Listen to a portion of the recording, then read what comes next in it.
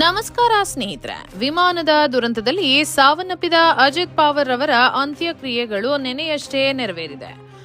ಅಷ್ಟರಲ್ಲೇ ಅಜಿತ್ ಪವಾರ್ ಅವರ ಸಾವಿರಾರು ಕೋಟಿ ಆಸ್ತಿ ಮತ್ತು ಡೆಪ್ಯೂಟಿ ಸಿಎಂ ಪದವಿಗಾಗಿ ಹೆಂಡತಿ ಮಕ್ಕಳ ಬಗ್ಗೆಯೇ ಕಿತ್ತಾಟ ಶುರುವಾಗಿದೆ.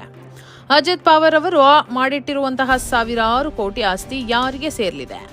ಈ ಆಸ್ತಿ ಒಡೆಯಲು ಅಜಿತ್ ಪವಾರ್ ಅವರ ಸಾವಿನ ಹಿಂದೆ ನಡೆದಿದ್ದ ಷಡ್ಯಂತ್ರ. ಅಜಿತ್ ಪವಾರ್ ಅವರು 70,000 ಕೋಟಿ ಸ್ಕ್ಯಾಮ್ನಲ್ಲಿ ಸಿಕ್ಕಾಕೊಂಡಿದ್ರು. ಇವರ ಸಾವಿಗೆ ಅನೇಕರು ಕಂಬನಿ ಮಿಡಿಯುತ್ತಿದ್ರೆ, ಇನ್ನು ಅನೇಕರು ಇವರು ಅತಿ ಭ್ರಷ್ಟ, ಸತ್ತಿದ್ದು ಒಳ್ಳೆಯದೇ ಆಯ್ತು ಅಂತಿರೋದು. ಆದ್ರೂ ಯಾಕೆ? ಇನ್ನು ಅಜಿತ್ ಪವಾರ್ ಅವರು ಒಂದು ಮಧ್ಯಮ ವರ್ಗದ ಕುಟುಂಬದಲ್ಲಿ ಹುಟ್ಟಿ 8 ಬಾರಿ MLA, 6 ಬಾರಿ ಉಪಮುಖ್ಯಮಂತ್ರಿ ಮತ್ತು ಸಾವಿರಾರು ಕೋಟಿ ಸಾಮ್ರಾಜ್ಯವನ್ನ ಕಟ್ಟಿದ್ದು ಹೇಗೆ ಗೊತ್ತಾ? ಅಜಿತ್ ಪವಾರ್ ಅವರ ಹೆಂಡತಿ ಮಕ್ಕಳು ಏನು ಮಾಡ್ತಿದ್ದಾರೆ? ಅವರನ್ನ ಪ್ರತಿಯೊಬ್ರು ಕೂಡ ದಾದಾ ಅಂತ ಕರೆಯೋದು. ಆದ್ರೂ ಯಾಕೆ? ಅಜಿತ್ ಪವಾರ್ ಮಹಿಳಾ IPS ನೊಂದಿಗೆ ಮಾಡ್ಕೊಂಡಿದ್ದಂತಹ ಕಾಂಟ್ರವರ್ಸಿ ಆದ್ರೂ ಏನು? ಎಲ್ಲವನ್ನ ನೋಡುವ ಮುನ್ನ ವಿಮಾನ ಅಪಘಾತದಲ್ಲಿ ಪ್ರಾಣ ಕಳೆದುಕೊಂಡ ಅಜಿತ್ ಪವಾರ್ ಸೇರಿದಂತೆ 6 ಮಂದಿಯ ಆತ್ಮಕ್ಕೆ ಶಾಂತಿ ಸಿಗಲಿ ಅಂತ ನೀವು ಕೂಡ ಕೋರೋ ಹಾಗಿದ್ರೆ ಈ ವಿಡಿಯೋವನ್ನ ತಪ್ಪದೇ ಲೈಕ್ ಮಾಡಿ ಸ್ನೇಹಿತರೆ, ಮತ್ತು ಓಂ ಶಾಂತಿ ಅಂತ ತಪ್ಪದೇ ಕೂಡಲೇ ಕಮೆಂಟ್ ಮಾಡಿ ತಿಳಿಸಿ. ಸ್ನೇಹಿತರೆ, ಮೊನ್ನೆ ಬೆಳಂಬೆಳಗ್ಗೆ ಇಡೀ ದೇಶವೇ ಬೆಚ್ಚಿ ಬೀಳಿಸುವಂತಹ ಸುದ್ದಿ ಬಂದು ಬಿಡಿತು. ಅದುವೇ ವಿಮಾನ ದುರಂತದಲ್ಲಿ ಅಜಿತ್ ಪವಾರ್ ಅವರ ಸಾವು. ಇವರ ಸಾವಿಗೆ ವಿಮಾನದಲ್ಲಿ ತಾಂತ್ರಿಕ ದೋಷ ಕಾರಣ ಅಂತ ಒಂದು ಕಡೆ ಹೇಳಲಾಗ್ತಿದ್ರೆ, ಮತ್ತೊಂದು ಕಡೆ ಬೇಕಂತಲೇ ಅಜಿತ್ ಪವಾರ್ ರನ್ನ ಮುಗಿಸಲಾಗಿದೆ ಎಂದು ಮತ್ತೊಂದು ಸುದ್ದಿ ನೀವು ಕೇಳಿರಬಹುದು. ಯಾಕಪ್ಪ ಅಂತಂದ್ರೆ ಈ ಹಿಂದೆ ಕೂಡ ಈ ರೀತಿ ವಿಮಾನ ಅಪಘಾತದಲ್ಲಿ ಅನೇಕ ದೊಡ್ಡ ದೊಡ್ಡ ರಾಜಕಾರಣಿಗಳು ಸಾವನ್ನಪ್ಪಿರುವಂತಹ ಉದಾಹರಣೆಗಳು ತುಂಬಾನೇ ಇವೆ. ಅದಕ್ಕೆ ಆಸ್ತಿಯ ಆಂಗಲ್ನ ಕೂಡ ಕೊಡಲಾಗ್ತಿದೆ. ಅಸಲಿಗೆ ಅಜಿತ್ ಪವಾರ್ ಇಷ್ಟರ ಮಟ್ಟಿಗೆ ಬೆಳೆದಿದ್ದು ಹೇಗೆ?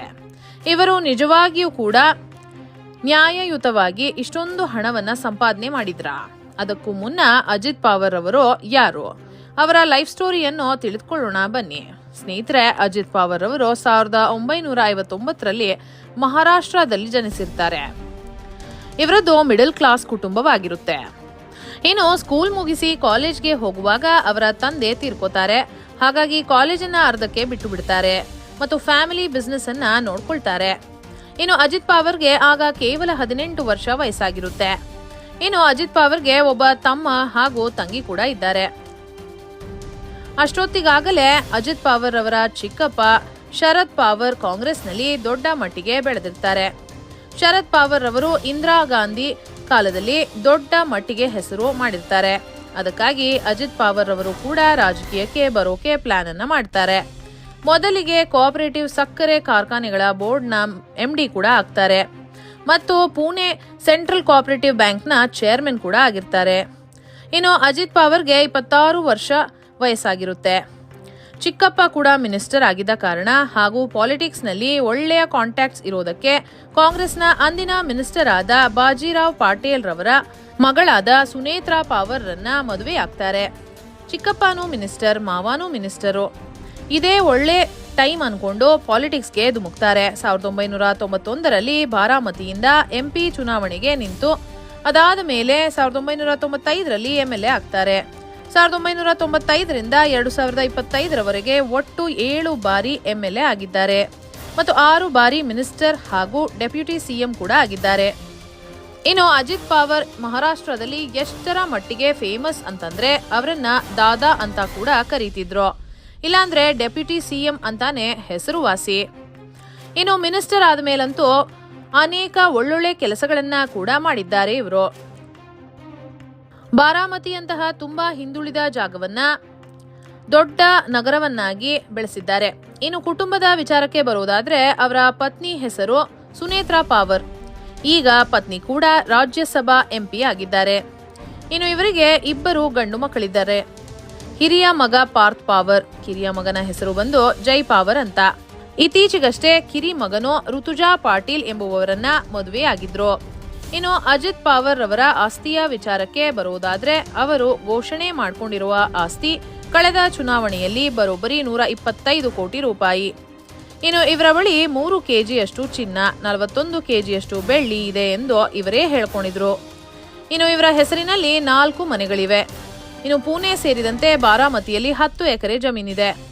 ಇನ್ನು ಸೈಟ್ಗಳ ವಿಚಾರಕ್ಕೆ ಬರುವುದಾದ್ರೆ 19 ಸೈಟ್ಗಳನ್ನು ಹೊಂದಿದ್ದಾರೆ. ಇನ್ನು ಅನೇಕ ಕೋಟಿಗಳಷ್ಟು ಬೆಲೆ ಬಾಳುವಂತಹ ಶೇರ್ಗಳನ್ನ ಕೂಡ ಇವರು ಹೊಂದಿದ್ದಾರೆ. ಇವೆಲ್ಲವೂ ಕೂಡ ಅಜಿತ್ ಪವಾರ್ ಅವರು ಘೋಷಣೆ ಮಾಡಿಕೊಂಡಿರುವಂತಹ ಆಸ್ತಿ. ಇನ್ನು ರಾಜಕಾರಣಿಗಳು ಅಂತಂದ್ರೆ ಹೇಳಬೇಕಾ, ಅವರು ಘೋಷಣೆ ಮಾಡಿಕೊಂಡಿರುವಂತಹ ಆಸ್ತಿಗಿಂತ ತಮ್ಮ ಸಂಬಂಧಿಕರ ಮೇಲೆ ಬೇನಾಮಿಗಳ ಆಸ್ತಿಯ ಸುರಿಮಳೆಯನ್ನೇ ಸುರಿಸಿರ್ತಾರೆ ಅಂತಾನೆ ಹೇಳ್ಬೋದು. ಅವರ ಮೇಲೆ ಅತಿ ಹೆಚ್ಚು ಆಸ್ತಿಯನ್ನ ಮಾಡಿರ್ತಾರೆ. ಇನ್ನು ಅವರ ಅಘೋಷಿತ ಆಸ್ತಿ ಸಾವಿರಾರು ಕೋಟಿಗಳಷ್ಟು ಇರಬಹುದು ಎಂದು ಹೇಳಲಾಗ್ತಿದೆ. ಇನ್ನು ಹೆಂಡತಿ ಮಕ್ಕಳ ಹೆಸರಿನಲ್ಲಿ ಕೂಡ ನೂರಾರು ಕೋಟಿ ರೂಪಾಯಿಯಷ್ಟು ಆಸ್ತಿ ಇದೆ. ಅಜಿತ್ ಪವಾರ್ ಅವರ ದೊಡ್ಡ ಮಗನಾದ ಪಾರ್ಥ್ ಪವಾರ್ ಅವರು ಕೂಡ ರಾಜಕೀಯದಲ್ಲಿ ತೊಡಗಿಸಿಕೊಂಡಿದ್ದಾರೆ. ಕಳೆದ ಚುನಾವಣೆಯಲ್ಲಿ ಎಲೆಕ್ಷನ್ಗೆ ಸ್ಪರ್ಧಿಸಿ ಇವರು ಸೋತಿದ್ರು ಕೂಡ. ಪಾರ್ಥ್ ಪವಾರ್ ಅವರೇ ಅಜಿತ್ ಪವಾರ್ ಅವರ ಮುಂದಿನ ಉತ್ತರಾಧಿಕಾರಿ ಎಂದು ಕೂಡ ಹೇಳಲಾಗ್ತಿದೆ.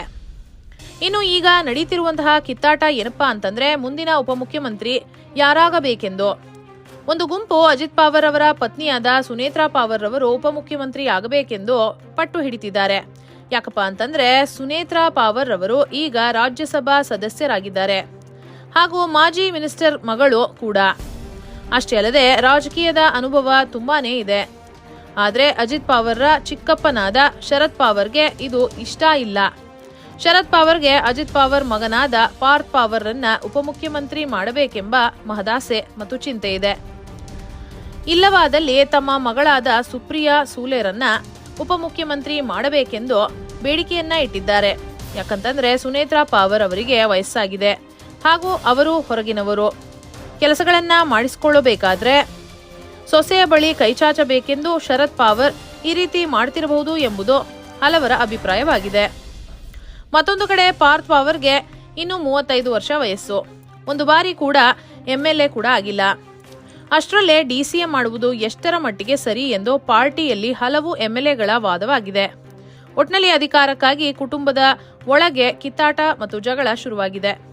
ಇನ್ನು ಅಜಿತ್ ಪವಾರ್ ಅವರ ಕಾಂಟ್ರವರ್ಸಿಗಳ ವಿಚಾರಕ್ಕೆ ಬರೋದಾದ್ರೆ 2012ರಲ್ಲಿ ಕೃಷಿ ಮಂತ್ರಿಯಾಗಿದ್ದಾಗ ನೀರಾವರಿ ಯೋಜನೆಗಳಿಗೆ ಬಿಡುಗಡೆ ಮಾಡಿದ್ದ 70,000 ಕೋಟಿ ಹಣವನ್ನ ತಿಂದು ತೆಗೆದ್ರು ಎಂದು ಇವರ ಮೇಲೆ ಆರೋಪವಿದೆ.